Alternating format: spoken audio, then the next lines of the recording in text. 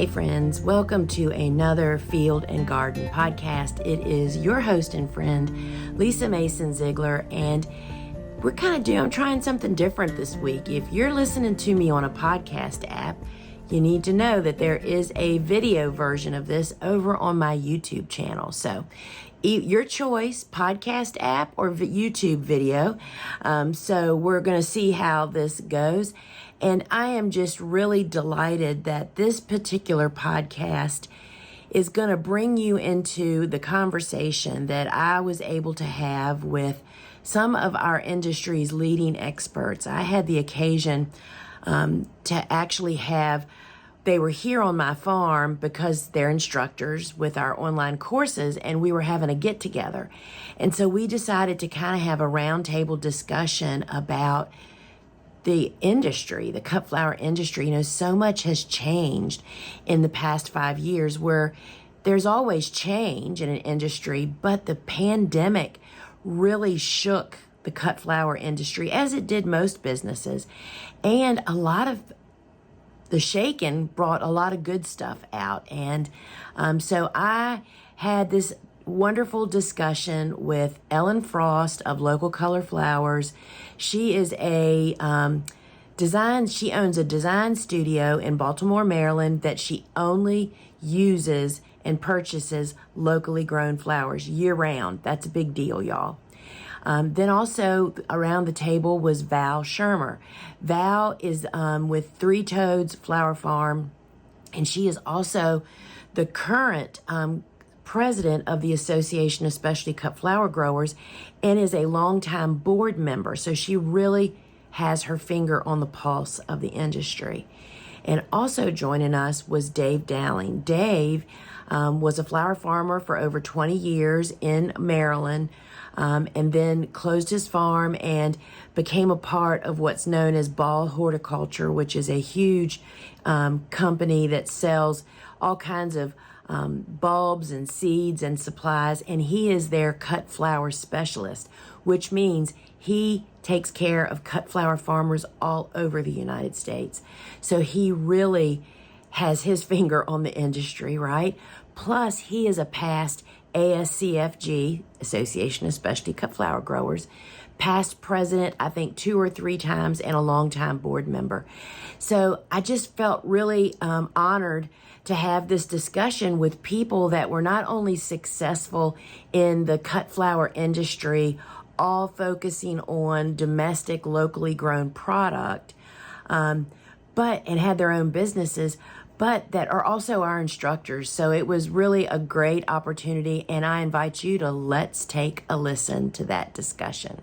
So it's been a while since we've been together, and I thought this would be a great opportunity for us to talk about the state of the cut flower industry now in 2023. There's been so many changes.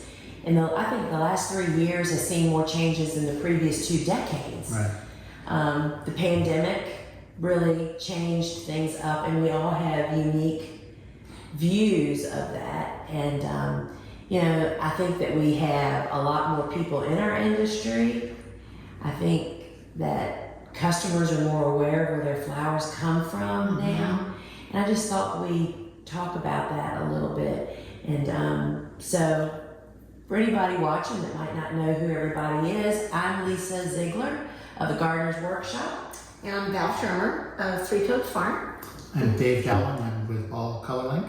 And Ellen Frost with Local Color Flowers. And so we've got different areas of our fingers in the pie, and some of us have changed that. So Ellen, tell us about what your business was and kind of how it's changed now. Yeah, one of the biggest things I think for us is that when COVID began, we really pivoted the business to make sure that we could continue to buy flowers from our growers and make sure that our team stayed employed. Those were our 2 priorities right off the bat. Within days of the shutdown, we wanted to make sure we were still buying flowers and that the team could work. And we started this subscription program, which when we started it really felt like it would probably be a couple weeks, just to tide us over.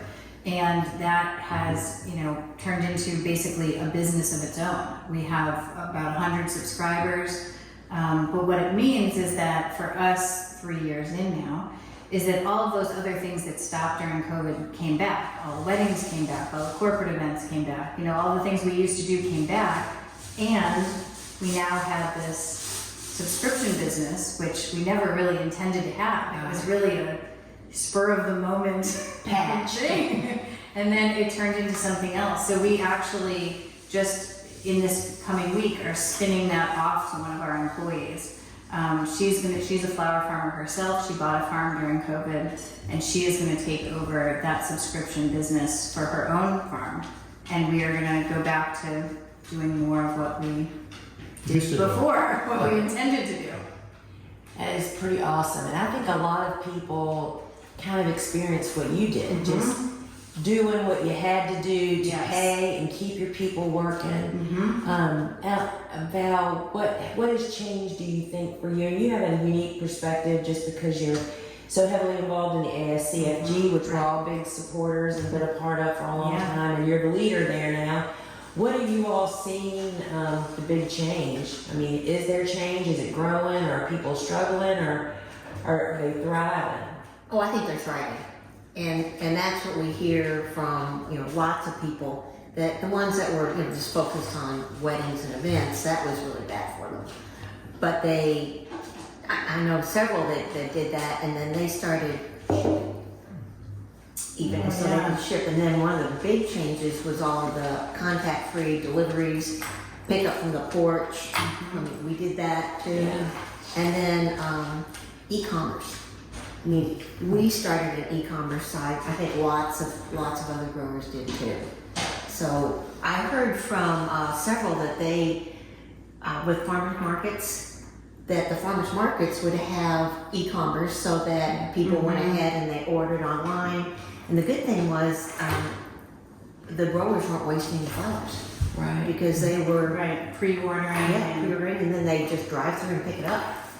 And I think a lot of that technology stuff, especially for small farms and small florists too, it really forced people to quickly get it into their businesses. And now we're finding, I would say 3 years ago we didn't have anybody where, as a florist, I could buy from a farmer online, pay online, just in a shopping cart. Now, more than half of the people we buy from have that because they were forced to do it during COVID, and it's just stuck, and it's been great.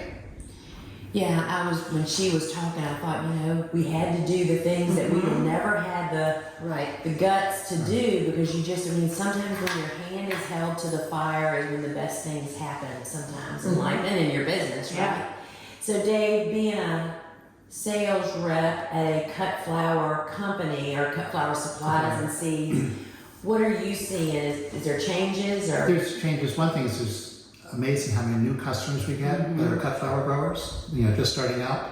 I've always said it's an easy business to get into because you can buy a few packs of seeds and grow sunflowers and it works. As opposed to somebody starting a garden center, it's $100,000 for a greenhouse and a building. You can start a cut flower farm if you have the land to grow, a couple $100 for a business.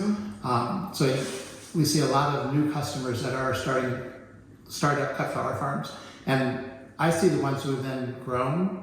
They start out, they're doing a half acre and all of a sudden they're doing 4 acres, and they tell me what their sales are. It's like, really? They're doing $500,000 in sales after 4 or 5 years, which is insane. Amazing. Yeah.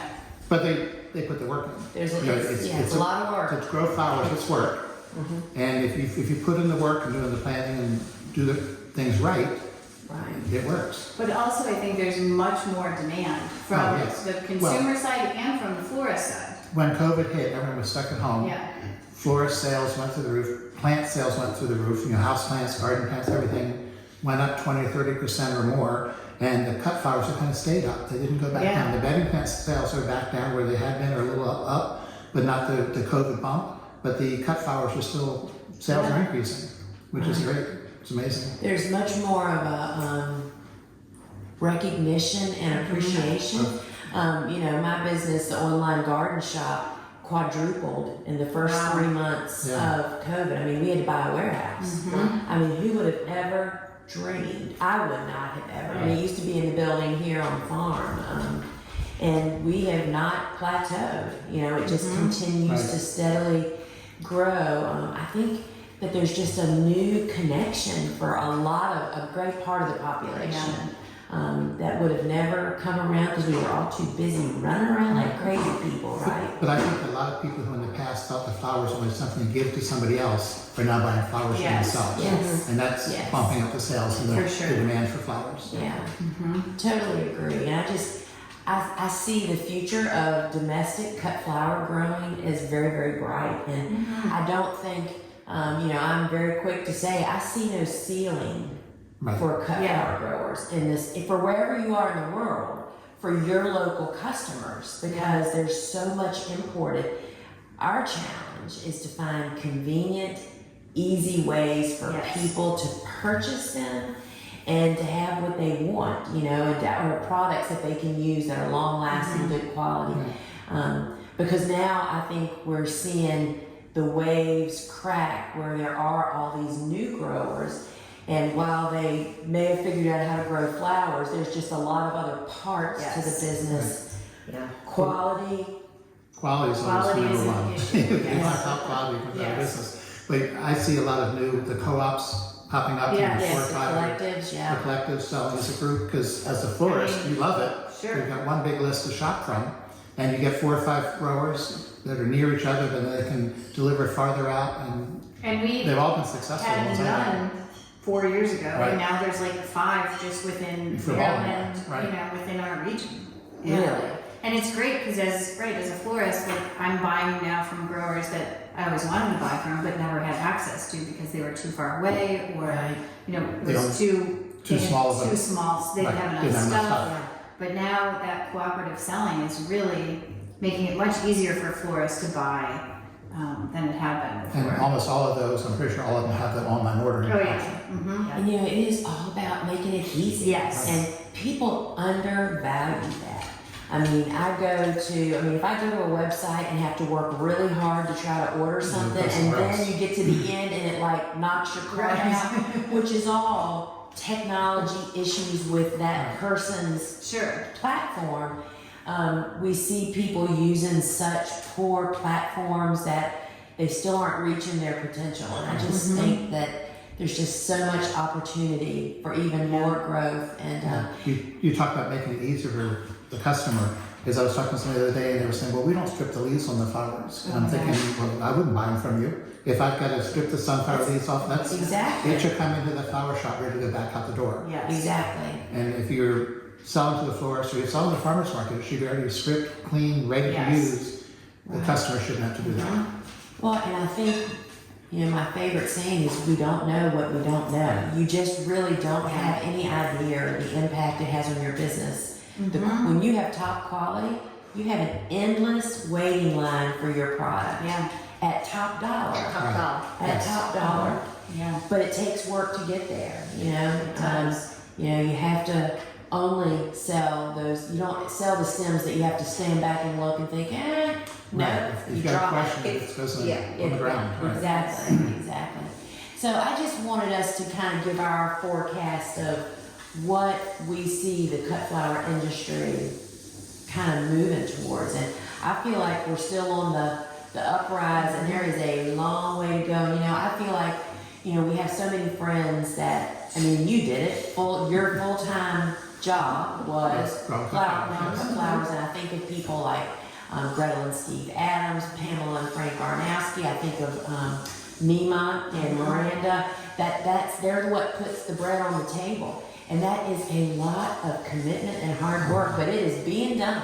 Oh yeah. But there is so much opportunity for people as a second, like the second household person. I think that's the widest opportunity. For like I did. My husband had an off-farm job, and this was the icing on the cake, and that just allowed me to really pursue it because it's a very rewarding. And we've seen, which has been really interesting, I think, very unique models of cut flower growing too. Like we have a grower who now is just doing peonies. She has a job, her husband has a job, but they specialize in peonies. They work, 8 weeks. And that's it. And it's a $20,000 side gig, and they have perfected them. And so there's now like all of these just new ways that you don't have to farm full time, you don't have to farm in the summer, you don't have to farm in the winter. You know, people are just making it work for themselves. And I think more and more we're seeing people sort of customizing growing to fit their needs. Right, they're not always doing what the other guy is Yes. doing it. Each farm is individual Yes. and different. I think that if I was pursuing growing today, I mean, I always think of Jonathan and Megan Lease, who only sell In the from very spring, early right. spring until they used to go through the end of June. Well, now they end May 31st. And they just sell some cool flowers plus ranunculus and anemones and tulips. Yeah. And it is just so profitable Right. for them. And I mean, why not do it that way? You know, I mean, I always thought I just had to grow from the minute I could to the Yes. minute I couldn't. Yes. And grow as much. Yeah, you and I both did. I mean, we It's almost just a year. kept growing and growing and growing and growing.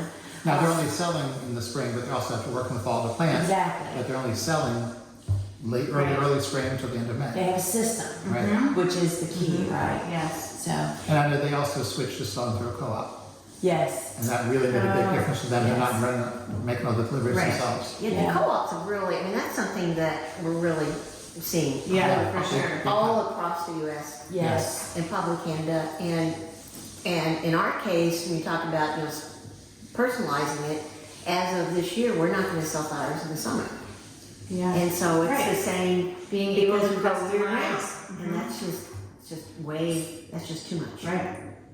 And I think it's all just realizing that you can build the model that your business Works is for you. under. Yes. You know, and it's really all about the way that you start it. Because I would too. I would definitely. I think is Laura Beth doing that now? I see. I think Mine that's started it a Yeah. couple of years ago, and Laura Beth followed, and we're seeing more and more taking, you know, that 8-week stretch where it's the hottest, where The bugs are terrible. florist Sales is low, so that is the time to do it. And you know, they're working, but they're not selling, they're not hustling, they're right. you know, turning over the farm, they're resting, and then both of them say, you know, and for us too, I mean, it's more evident now as I get older, you know, the fall is so, you know, once Labor Day hits, we are, you know, nonstop through Christmas, every single day. So not having that break, going straight through from busy spring through the summer into the fall, I mean, you burn out very quickly that way. So having that break, I think everybody around us is starting to realize that some summer break is needed. And that just works out so beautifully for new up and coming growers that have a lot of stuff in the Totally, summer because yes. they haven't figured out They're going to easy how to do windows. those Yes. how to do those shoulder seasons, Yeah. right? But I totally that would be me. That would be me now because I feel like what we hear from people reaching out is they're so overwhelmed in the summer. Guess what they don't do? They don't plant anything to bloom in the Yes. fall. They miss the second busiest And that's season. such a huge part of it. Yes, yeah. So I see us moving towards, as you described, customizing businesses in niches, and I just Yeah. see that there's no end to it. So I just wanted to hear what you guys Yeah. had And then to there's say. still farmers who just grow with the summer stuff. And they Oh, don't, yeah. They don't do tulips or ranunculus. They just grow Right. During the maybe fields, peas yeah. and sunflowers and dahlias. That's it. Yeah. That's it. And it works for And them. they all work. It's Right. what you want to do and what's profitable. And so, thanks. It's good to get a kind of an update. Yeah. You know, I've had several people reaching out to me about florists going out of business. And they are asking, is it because, you know, we have so many more local growers now? No. Or so they're That's asking, been like, going on is for a long time, hasn't it? Yeah. but we do have, I mean, when you look at like our membership and stuff, how much that has really grown in the last several years too. But I don't think that's going to affect a retail florist. Because somebody who buys a retail florist is not the same customer that would buy from a farmer's market or a roadside No, stand. I mean, retail florists have been on the decline for, you know, 15 or 20 Yeah. years. And part of it is, you know, that the wire service system that a lot of them use really has just destroyed the market. I mean, Yeah. they have been losing, retail florists have been losing money for many years Right. through that system. and have finally just, abandoned ship finally. Right. And for a long time, I think retail, like brick and mortar retail too, had been like really on the decline. I think only now you're starting to see some retail brick and mortar shops coming back. Right. But yeah, I don't think it. I also think some of the retail florists, if it was a person that's retirement age, that has a kid that wants to take it over, Right, and there's to no sell to succession somebody, plans. nobody can buy it. Nobody wants to buy it. Right. Yeah. There's And they no also have succession. to be willing to change what they're doing. And that's what we really saw was that the shops that really just kept growing and getting momentum, they dropped the wire services and they were unique arrangements. They Yeah. were Starting to buy more local stuff, buying more cookie local. cutter stuff. Yeah. And then it's just beautiful. Because a lot of that cookie cutter stuff was bought by the older generation who's no longer around. Yeah, and they're fall not off and died. considered- So yeah, that the generation style, bought it's that not- look Yeah. isn't a customer For anymore. sure. Yeah. I was also wondering about then, because so many more growers are doing subscriptions, CSA, and that's a lot. Yeah. There's Yeah. a lot. And so people can get their flower fix.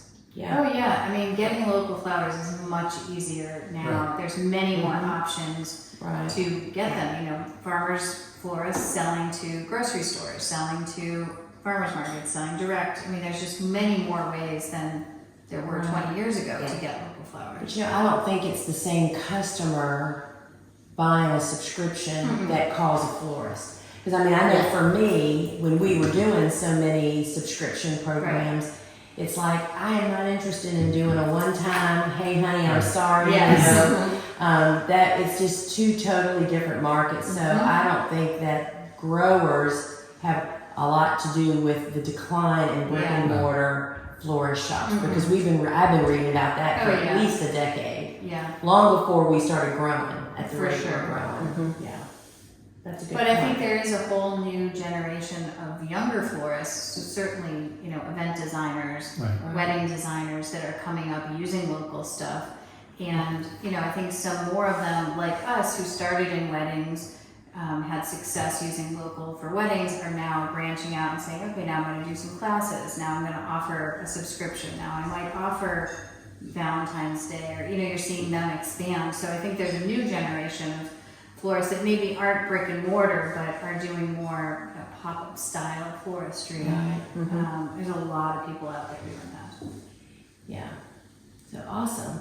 All good news, I think. Yeah. Oh, yeah. Cut flower industry is bright. Yeah. It's a good future. Yeah. Yes, I think so too. Yeah. Well, thank you guys for chit-chatting. Yeah, good to eat and drink. Great to be here. Oh, yeah. To be here. All right, friends. The future is bright. Dave and I have always been fans or believers that the cut flower industry for the domestic grower, wherever you are in the world, has no ceiling. With the sheer volume of cut flowers being shipped thousands of miles from other countries into your location, there's no ceiling except you holding yourself back. And I just saw some numbers the other day that said in 2021, which of course was dead in the middle of the pandemic, that there were $9 billion of cut flowers sold in the United States. That's astounding, y'all. 7 to 8 billion is what it had been. So it crept up, which that's really probably no surprise. But the forecast for 2025 is over $12 billion. So the moment is possible for you to seize it. And those people that we find, this is something else that we talked about actually after the cameras went off, is that the only thing holding people back is the lack of knowing the right things to do. Because people are working very, very hard. People that are drawn to commercial cut flower growing are hustlers. And I mean a hustler in the best way. People that are doers, people that want to work, people that love being hot and dirty, people that want to get outside and do the job.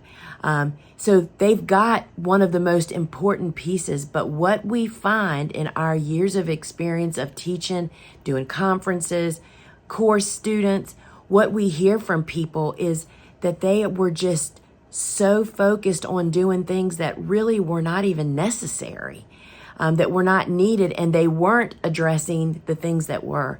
And I'm just really pleased that we have such a platform, that we have access to experts of this level, and that our passion, we all have teacher hearts. That's our passion, is to bring that to those people that want it. Our courses are about information and doing it.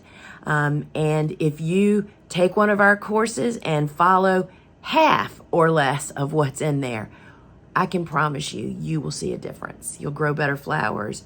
You can build a business. You can start a business. You can scale your business. You can expand and go down different pathways. So friends, we appreciate you tuning in, because, and we appreciate you thinking of us when it comes time to buying tools, seeds, and supplies, and my books. Our online platform, thegardenersworkshop.com, and the revenue there is what makes it possible for us to create all of these resources that we just love sharing with you, from our podcast and all the how-tos, and sharing on social media. So we appreciate your continued support and business from all of us here at the Gardener's Workshop. Till we meet again, friends. Ciao.